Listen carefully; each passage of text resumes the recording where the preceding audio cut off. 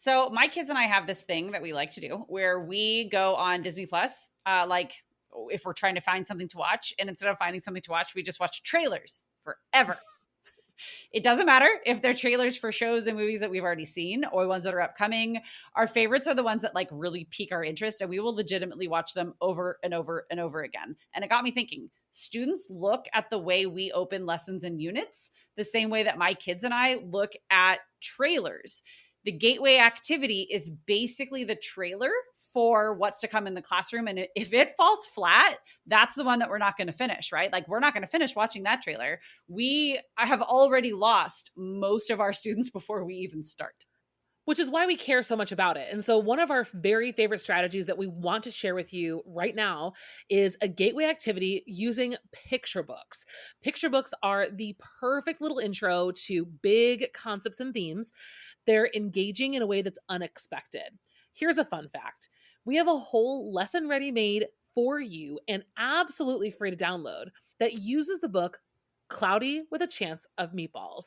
And we use it to introduce the genre of dystopia and all of the big ideas within it.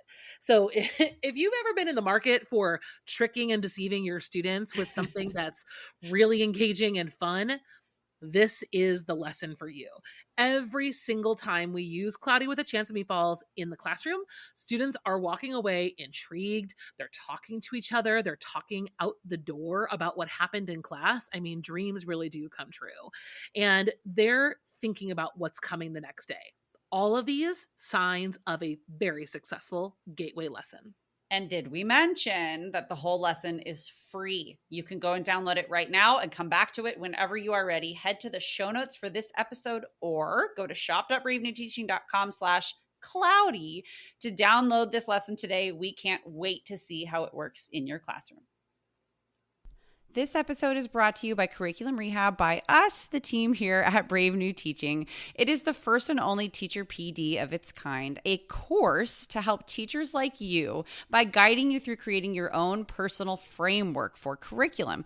You make it work for you, your students, and your unique situation because nobody else knows what the kiddos in your classroom need the way that you do. Curriculum Rehab takes all of the resources available to you, all of the lessons, the assessments, the activities, all of the texts, everything that could possibly be there for you, and it helps you organize what you actually need in order to attain your teaching objectives. These are the strategies that Amanda and myself have used in our own classrooms, have developed over very long years of teaching and figuring things out, combined together to create this framework and these strategies that we can guide you through. This course will give you the tools you need for a complete curriculum overhaul or to start from scratch. Wherever you are on that continuum, it does it all for you and with you on your timeline. So start today, do a little bit more in a couple of months, and then pick it up next summer. It's Teacher PD the way it should be on your own time. Head to curriculumrehab.com/course for more information, or just head to the show notes for this episode. We cannot wait to see you there. It's finally time to take control of what goes on in your own classroom and create the curriculum of your dreams. All right, let's get back into the show. Well, hello and welcome back to Brave New Teaching, and welcome to, so sad, the end of Camp BNT 2025. Hi, Amanda. Oh, it is sad. Like, what a quite literal journey we've been on. Sad, but also like really exciting because now we get to talk about it. Like, I know. I'm excited. Like, we had so many amazing interviews, and you and I have been talking about them for months on end because we started those interviews like mid to late 2024. And now being able to talk about the books and the amazing, incredible, astounding authors that we spoke with. And not all of the books are meant for our classrooms necessarily, but they're still like so enriching. I don't know. I'm just excited to talk about that. I'm excited to talk today about going back to school and independent reading, which is quite frankly what Amanda and I have just decided is going to be the trend for back to school 2025 independent reading. New trend. There, we said it. We did say it. And I feel like this is, again, like you are at this kind of crux of the kids are coming back. Like you're still trying to enjoy the last bits of summer, but you also know that things are happening. And as you've heard in other episodes from ours with Back to School, this is dangerous ground. So we want to make sure we walk you through the planning process so that it is August dreams, September realities in a good way. Right. And like October drowning, this is a way that we want to help you save yourself. And I'm going to help myself save myself. Okay. That's the plan. That's the plan, Stan.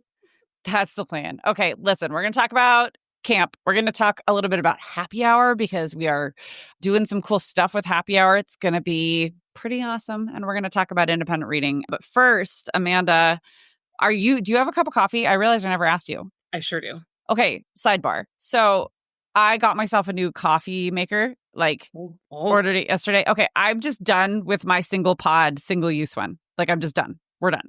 Okay. She's going to go to school where sometimes I'll use it and mostly it'll just attract ants. It's fine. And I got myself a really cheap little 5-cup capacity drip coffee maker. It's so much better. I couldn't agree more. I made that switch back when we first started the podcast. I know. You and did. I've been going. That was like one of my first big changes in my kitchen when we first moved in was I need a real coffee pot. Coffee maker. And it's tiny and it's so cute. Okay, so I just had to tell you about that because it came overnight. I did not expect it. And then there was a delivery this morning and I was like, oh, well, you needed this yesterday. Yeah. It was like, listen, it's taking you long enough. We're not going to waste any more time. Okay, guess what time it is for? What? That didn't make sense. That was not grammatically sound. Anyways, it's time to cue the music. You're listening to Brave New Teaching, and we are so much more than a podcast. We give teachers the inspiration, support, and tools to challenge the status quo. I'm Amanda, and I'm a former English teacher from Illinois. And I'm Marie, and I'm a high school teacher from Southern California. Join us after the show and happy hour to extend your BNT experience with instant access to our resources, workshops, and courses. Visit shop.bravenewteaching.com/happy hour to join us today. We're so glad you're here. Enjoy the show. All right, friends. Well, now that we've got that drip coffee makers are superior, and Amanda and I just had a quick little, off-air conversation about how microphones work, which she does already know. Let the record show. She knows how technology works. Rude. She was just choosing not to use it. Sorry, that intro, that my microphone was in my armpit for that. Sorry. All I could see was myself on stage with a group of 200 choir kids. And I'm saying, okay, kiddos, if you talk to the top of the microphone, it's not going to work. If you talk to the bottom or the side of the microphone, it's not going to, you got to talk right at the end, right where right at the round part. Talk to that. And that's how it works. Amanda, you're doing great. We're doing great. I feel judged. It was really just because we were spinning around looking at different cameras. We were. And I think that I'm just taking out my weird week on you. So I'm sorry. I haven't had much interaction that hasn't been me with contractors and technicians coming in because there's a leak under my house or my poor parents or my children. That's pretty much, you've talked to me on the phone, but I've been just like this. Delightful. Completely unfiltered, bizarre. That's all you got. That's all I got. That's it. Okay, let's talk about how camp is kind of the springboard into our work for happy hour this fall. Yes. And just in general. So reading has always been a very big part of what we talk about here on the podcast. We actually kind of scaled back for the first, 2 seasons, year or two of not talking too much about reading because we were trying to do this it's for all teachers. And no, it's not. We're here because we are English language arts and humanities teachers and we read and we teach children how to read and how to think about what they're reading. So that just needs to be something that we lean into because that's what you all are here for too. So that is kind of where camp even came from. And I'm sure those of you who've listened to this podcast for a minute have heard us talk about this a million times. Camp BNT, which just had its 3rd year. So if you missed the other years, you can go back and listen to those episodes, was really just an excuse for us to have a summer book club. And talk to really cool authors. It was just a way for the book nerds in us to basically exploit our podcast to do some cool things with books. But then it happy accident ended up working out really well because it also brought some great titles and authors to all of you who are listening and allowed us to really dig into what makes reading so magical and amazing, and then also brainstorming and like crowdsourcing best practices and best strategies for bringing reading to our students, because we all know it's always been hard to get kids to read, quote unquote, get kids to read, but it's not getting easier. Like Mhm. yeah. So, Well, and I feel like this whole podcast experience for me has been healing my inner reader child from like sure. start to now. And I think that especially when it comes to thinking about camp, yeah, the first person we reached out to was Ruta. And I think when for whatever serendipitous reason we talked to her first, that Yeah. conversation just for me, not only did it heal parts of my traumatic history with libraries and books, but it really just kind of like it woke up that part of me that's always been kind of second guessing exactly what the role of the high school English teacher is, and really bridged the possibility of like the authorship and book world with education. Like they've always felt very separate to me. Like people who love to read and like, books was very much a library thing for me. And like in the two schools that I've worked at, it's not been a culture of the classroom, it's been a culture of some kids and the librarian. How interesting. And Ruta's that first conversation is really what I think set me on a path to kind of unearth and rewrite that story, at least for myself. Well, I mean, that Uh, was when you really took up reading again. Like that was when yeah, you and I really started talking about the books we were both reading, not just me talking about like fairy smut, you know? I'm a completely different reader than I was 5 years ago, completely Yeah, different. for sure.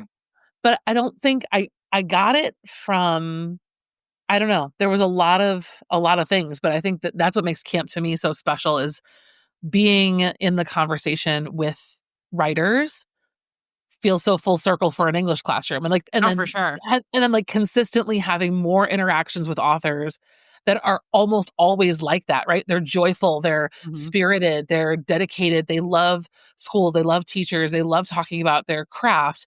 And like I think that's just so powerful for kids and for us as educators to think about the big picture. Yeah, big time. Well, and so that's where, like, even this most recent collection of books and their authors from camp, some of them are absolutely, and you hear us talk about it in the interviews, like, absolutely student forward, like, bring this into the classroom immediately. And some of them are not. Some of them are not for kids. Not for all kids. Not for all kids. Yeah, yeah. I like. I do hear me stop myself. I was like, well, Yes. actually, that's not quite true. I think I was thinking about last year. I was thinking about Family Lore by Elizabeth Acevedo, Yeah. which is absolutely only for. I think we talked about it last year. Like it was for the oldest and the most skilled readers because it is so complex and so phenomenal. Like I wouldn't bring it into a ninth grade classroom because it wouldn't hit. Yeah. Anyways, I'm sorry. That's where that weird little blip in my brain worked out. So this does bring us down to a lot of what we're talking about today.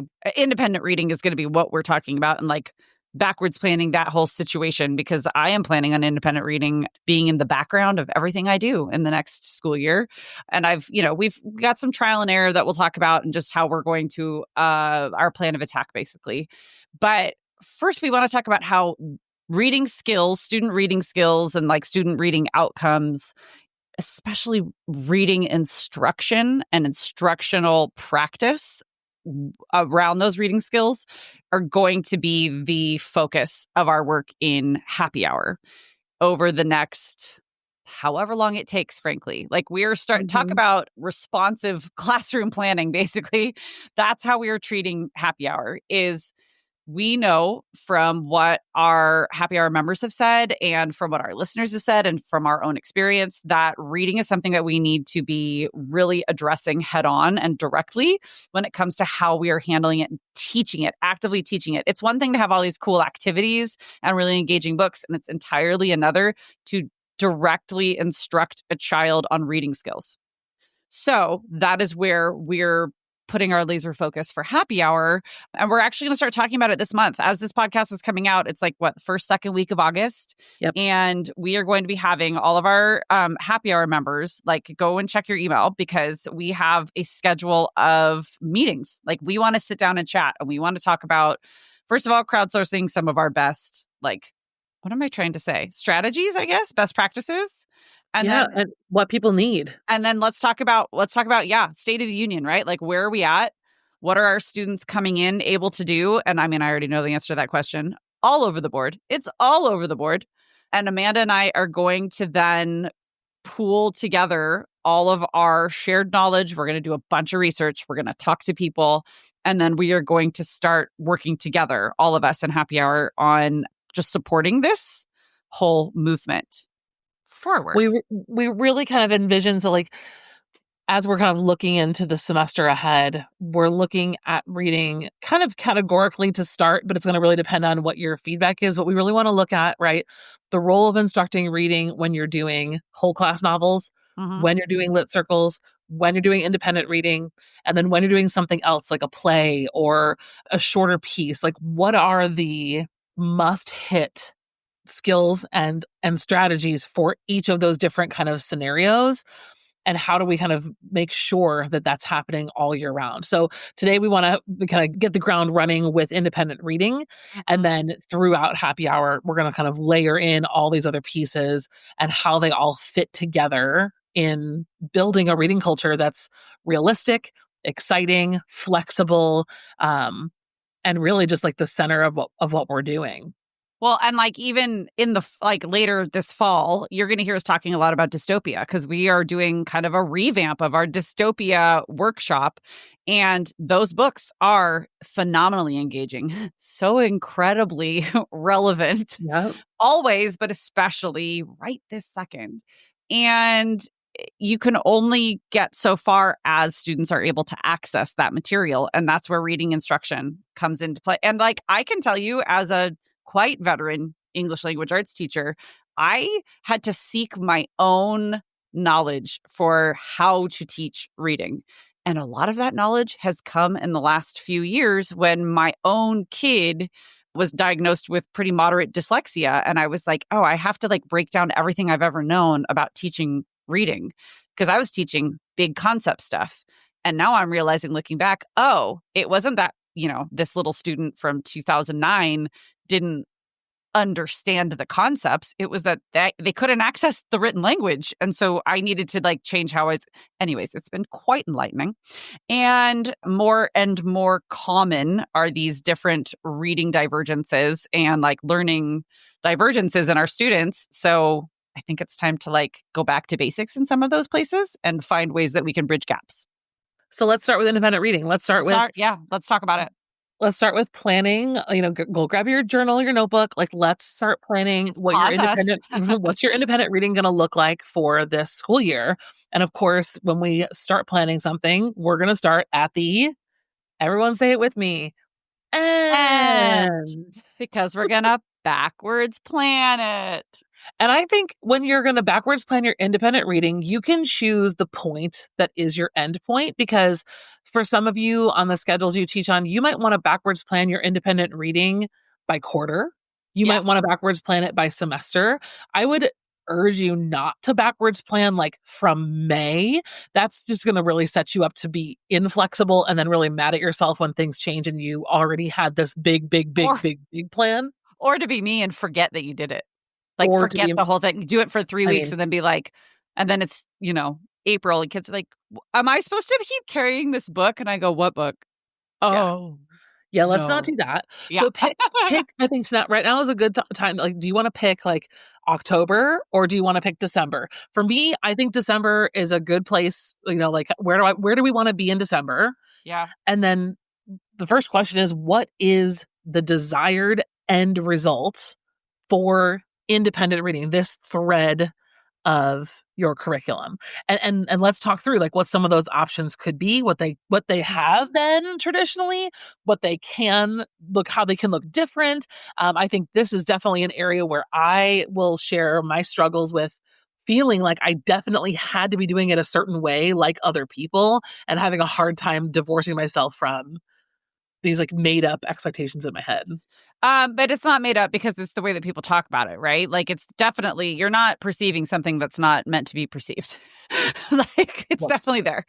Yeah, I like to think about once I started shifting and I have not done independent reading perfectly, but I think I'm getting somewhere. Do you know what I mean? I'm getting there. Also, side note again, it's just going to be an episode of Sidebars for me, which is different from everything else. How? Oh, it's not. I feel like many other parts of our classroom practices, well,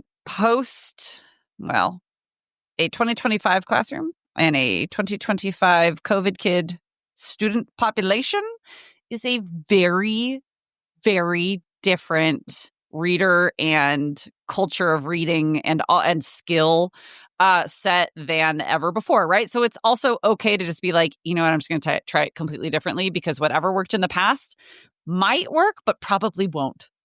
Yeah. So yeah. I like to look at the desired result from a student experience lens first to just be like, why am I even doing this? It's not for me. It's not bragging rights because that's weird. And it's what do I want kids to get out of this? Do I want them to, and for many, I want them to read their first book that they have read on their own. I mean, quasi on their own because I'm making them do it, but like they get to choose it completely or like whatever it is. A lot of them, it's like the first thing that they've read. And I teach 11th grade. In my classroom, they often read the first full book or the most of a book that they have read on their own since their teacher read Wonder out loud in like 5th grade, 4th grade, right? Or Holes. Like it is often, or Hatchet. I get a lot of kids that go, I haven't read anything since Hatchet. And I go, when you were 9? And they go, yeah. And I go, oh, that one. Yikes. But that's just the reality. And that's nothing new. That it's just the way that they approach reading and the way that students can actually sit down and have the stamina to read is what's a little bit different. So I like to look at what is their desired student experience. And then second fiddle is what are the summative or the academic outcomes that I would like them to get out of it. So I think for me, that answer is something I never thought about at the beginning. It was because the beginning of setting up independent reading is all the fun stuff, right? Yeah. The books and it's all right, like flashy, the trackers. And so I think when I try to answer those questions, obviously I think the very broad strokes, easy answer is right. I want to build lifelong readers. Like, yes, I do. But I also like acknowledge that that's maybe not realistic. I definitely want students to have positive experiences with books, just like you're saying. That is a good and noble pursuit in and of itself. And then as far as the academic outcomes, I don't know that I'm terribly interested in them.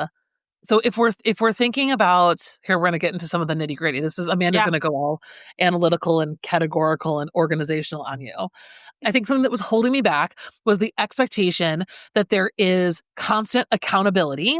There's one-on-one conferencing. There's a portfolio. There's a presentation. There's a book report. The constant accountability I can barely do for myself, much less for 125 children. Oh, I can't do that either. Yeah. Right. So like setting myself up for at the end of the semester, you will do X, Y, and Z based on all these things is what I was doing. And it was always terrible. And so my new thoughts are going to be more along the lines of, yes, I love conferencing, but that's not going to be an evaluation tool for me. I would love to find a way to make independent reading more closely connected to whatever we're doing with our year-long essential question. So if you've followed me for any time, I talk a lot about the difference between a year-long and a unit-long essential question. And so the year-long question is kind of the bigger, broader question. The sample that I always use is for sophomores, we taught Who Controls My Future? And then every unit underneath of that served to kind of force students to think about that in different contexts. So in order to measure their progress on that year-long question, I hold at least 3 seminars, Socratic seminars throughout the year. I have one in the first 10 days of school. We answer it right away based on maybe a couple articles from the beginning of the year. If we've done summer readings in there, and then just personal experience. I ask them again at midpoint, like kind of semester point, and then I ask them again at the end of the year. That I think is where I would, in air quotes, evaluate their independent reading. I would add a category to that rubric or a bullet point item to like their use of evidence to include their independent reading so that it's there, it's present, it's something that we're calling on to help us with our broader academic pursuits, but it's also not like got such a spotlight on it that it's turning the kids off from reading in the first place or requiring me to babysit the process. And like genuinely, like if I sit back and I think, okay, isn't that exactly what I want them to do? Have good experiences with books and be able to use them in conversations. That is a yes and yes. So for me, I would probably that's kind of where I think I would want that evaluation piece to happen with independent reading. Well, it's fostering and like actively modeling how to make connections, right? Like it's like showing really, really illustrating that like very little in this world lives in a vacuum, right? Like it's and this and maybe it has nothing to do with what you're doing immediately in class, but like trying to find a connection is also an act in and of itself. Yep. Yeah. And that's it. Yeah. I would monitor nothing else. I think I would want to just in establishing little, I don't know, it could even be every other week or something like that. Some sort of something to get in touch with what you're reading. Some sort of routines, I think, would be different than evaluations. Like I think I guess that's true. Yeah. I think that would definitely be the part of the fun part. But like if that routine can be developed absent of feeling like it has to be graded, that's ideal. Yes, like credit, no credit. But then also, how do you forget that? I wouldn't even do that. Good work. Yeah. I wouldn't even do credit, no credit. I would really, this is a good. I see like 4 kids in my head that I'm like, if they're not under the premise, at least, that this is a thing that they must do, they're not going to do it, no matter what. And they're not going to do it simply because it's happening around. Do you know what I mean? It's more than 4 kids. Unfortunately, it's more than 4 kids. It's a different population than I have ever experienced. Then I might do like a running something that I recycle at the end of the year. Then like I would do like exactly. Yeah. But I also, I don't know if you remember. Do you remember me talking about like missing work and stuff? I was on Instagram right at the end of the school year, and I was talking about late work. Most of it I recycle. Kids aren't going to listen to this. Most of it I recycle. It like most of the work because it's all leading towards a summative, right? And I guess that's also where then philosophically, if I don't have something, how do case managers and counselors and so these are just this conversation everybody this conversation everybody has to do more with the think it through. Like it's us kind of illustrating, think through how you want this to work so that you can make it work. Yeah. And the other people that are involved, for sure. Like I think about the parents, think about the kids, think about the coaches, and like and also, I'm only on a quarter. I only have kids for 9 weeks, and then I have every potential that they will be switched to another class because of whatever reason after 9 weeks, right, for the second quarter. So that's also a piece of this puzzle because I'm at such a like breakneck pace. I have to track everything. You do. There is no time. Yeah. So anyways, okay. So then that's kind of like, okay, what is the desired end result? Then how are we going to track progress or keep everything going? Like what is going to be the ongoing thing of it all? And that kind of leads us into my next question, which is how will reading connect back to the main content, right? And that's essentially what Amanda already said. Like, you know, where in our other evidence trackers can we connect this back? Even in informal conversations, I think a great place to connect our reading and create the routines that Amanda's talking about back to what we're talking about in like a more substantial sense during class is warm-ups, bell ringers, or exit tickets, or, you know, like what connections can you make? Like that quick little 5-10 minutes. And all we're doing is asking them to start thinking, and it's just broadening perspectives. Like, that's it. Regular, like, eye contact requests of saying, oh my gosh, you know, like, this is happening in this story. What about in your books? Like, do you see patterns like this? Like, consistently asking that question. Like, are you recognizing similar patterns in the books that you're reading? that's part of building the culture, right? Is that you're always asking about the books that they're reading. And so kids are going to get used to you asking about them, right? Right. So exactly. So it's not a shock every single time, or it's not like, oh, I can ignore this right now. Yeah. And like, which character is this person most like in your book? Mhm. Boom. Then, So hold on, sorry, Marie. This something just struck me like the when you just said it like that. This is almost exactly how I frame the use of supplementals, yeah. right? Oh, yeah, exactly. So This is just another supplemental, right? In a lot of ways. that might be a helpful way for you to think about it too. Is That's that true. this is just another supplemental. I don't know, that actually gives me like a very like chill vibe. Well, it's an ongoing supplemental. And then, Yeah. well, and as we start talking now about how are they going to select their books, how are we going to introduce, that does bring in with independent reading. Philosophically, you might be like, I want them to read anything. Well, that takes me back to a child who picked an Italian cookbook and gave me a death stare every time we were reading because he got his Italian cookbook and I acted so unaffected and I was so annoyed with that Yeah. child. This really tested your acting credentials, I'm sure. Oh, absolutely. And I was just like, all right, lesson learned on my part. I do need to be like, it needs to be fiction. It needs to be this. It needs to be of a reading level appropriate. Like I need to have all of these things in there so that it could be an ongoing supplemental. Well, I ended up then having the kid like read all of the narrative because every cookbook has a narrative. Like it still has stories being told. And he was like, I mean, he still won, but I put up a good fight. So I love the idea of course, using a year-long EQ as an umbrella because if Yes. you have one, you know how powerful they are in like keeping things cohesive yet Yeah. still very, very broad. If you don't have that right now, that's fine. Don't try to force it. But I think asking the kids to find online a reading challenge, any kind of like reading challenge or book talk, anything, Yeah. even if it's not directly connected to the curriculum in the way that the tracker is formatted, it still will become another one of those like personal choices that the kids invest themselves in, right? Like I can totally see one of my kids be like, yeah, I want to do the A to Z tracker challenge. And in, the first quarter, I'm going to try to Uh-huh. do, whatever, 3 letters. And like Yeah. that buy-in and then the books that surprise them, the books that they choose, we can get them back into that conversation connected to their texts. But even if not, even if the conversation is like, was the pursuit of this challenge, what Yeah. did the pursuit of this challenge teach you about reading and about yourself?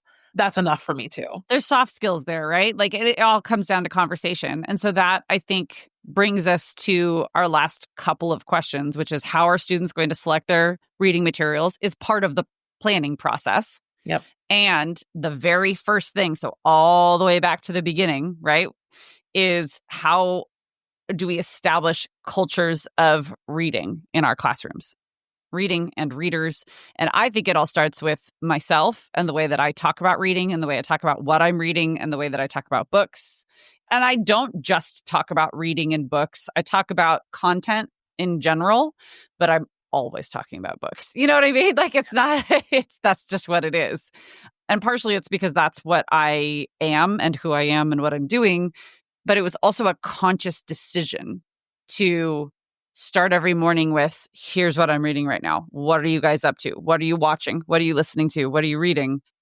I think part of that also is one of my mistakes is as much as I spouted off here like some kind of know-it-all, is meeting kids where they are. I think a Mm-hmm. lot of my efforts at doing independent reading were failures from the start because they began so ambitiously and intensely with, you know, books, books, books, books. It wasn't building a culture. It was Yeah, it was forcing a putting a culture. culture on Yes. top of kids, right? Yes. Like I was just putting it on them and saying, what's wrong with you? Why did you fall out of love with reading? Let's get your shit together. And, I mean, obviously I'm being facetious, but like it was No, but definitely that's top probably down. how it came off. I did the same thing. I'd be like, why haven't you? Have you ever thought? And then I'm like, now looking at it going, oh, I, I why? yeah, People I like lie. me is why. I lie. Yeah. Because in that word, building a reading culture means you have to start where they are Yeah. without shame, without reproach, without any kind of finger pointing or blaming all the middle school teachers. You know who you are. And I'm just kidding, of course. But like, we blame adolescents, not the middle school teachers. I don't know. I've heard plenty of teachers blame whoever their predecessor is. I We kind of always, go, come on, guys. Come on. I know. But there shouldn't be any blame, right? Right. We blame social media, we blame phones. Okay, so like, let's get rid of that. Let's not even talk about those things. Let's just be where we are, talk about stories, talk about what we love, and literally build from there. Yeah. Go from there. And that's really disarming for me to like not have it all figured out. It's hard. It's hard. We're planners. We are type A planners in that way. And I think by doing that, so I also, and this does not apply to Maria's situation, but I also wanted to say to people, it's okay if you don't kick off independent reading in the first quarter of school. Oh, yeah. If you want to wait until October, after your first unit, after your second unit, Yeah. to then approach kids with, hey, now it's your turn. We've done a couple things together. Now I want you to see that for the rest of this year or the rest of whatever, we're going to be like, that's an example of meeting them where they are. Coming out strong with like trip to the library, like in August is a lot and great and like so wonderful. But can you and will you maintain that? Is that what's going to get them the most engaged for the long run? These are questions to think about. So I can tell you I should have said this earlier. We will not start independent reading in August. We will not start independent reading until at least October, quarter 2.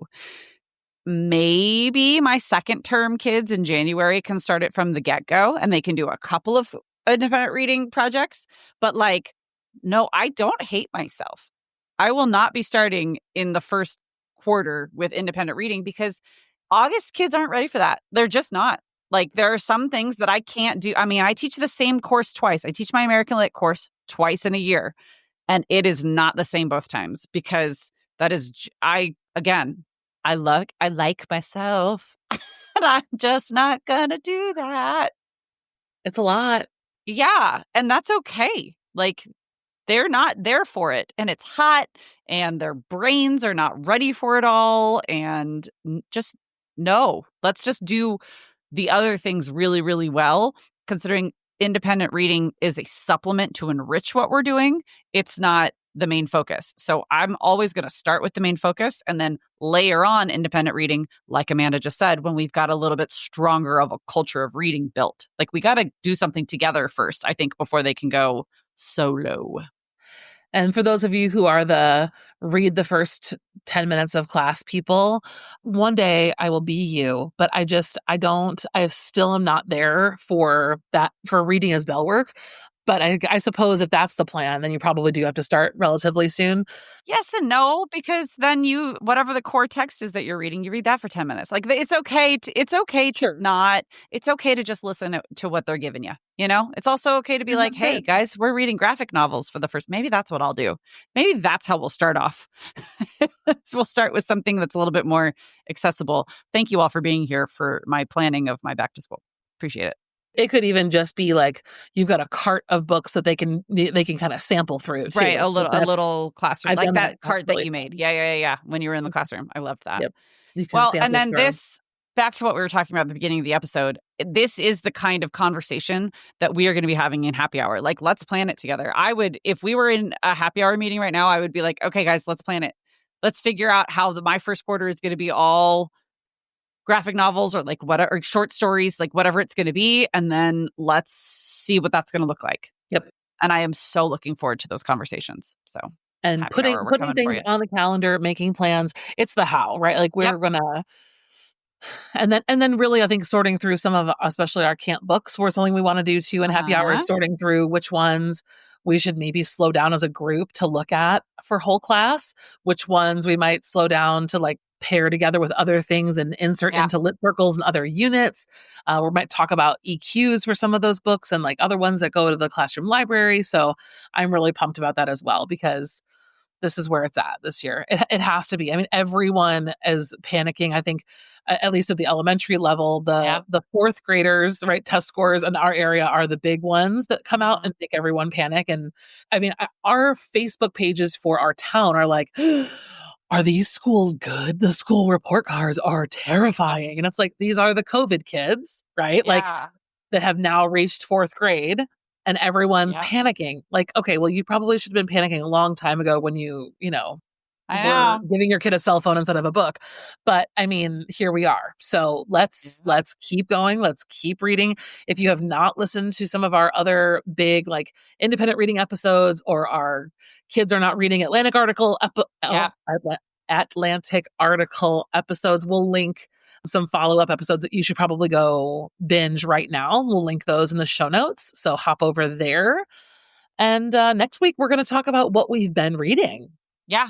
We're excited. We're going to talk about what we've been reading. We're going to talk about what to expect coming as school gets back into swing. I mean, some of you are already back, and I'm sorry for your loss. And also, like, yay, that's so exciting. It's just such a weird juxtaposition of feelings. I have a big announcement I'm going to make next week. Yeah, you do. I'm excited.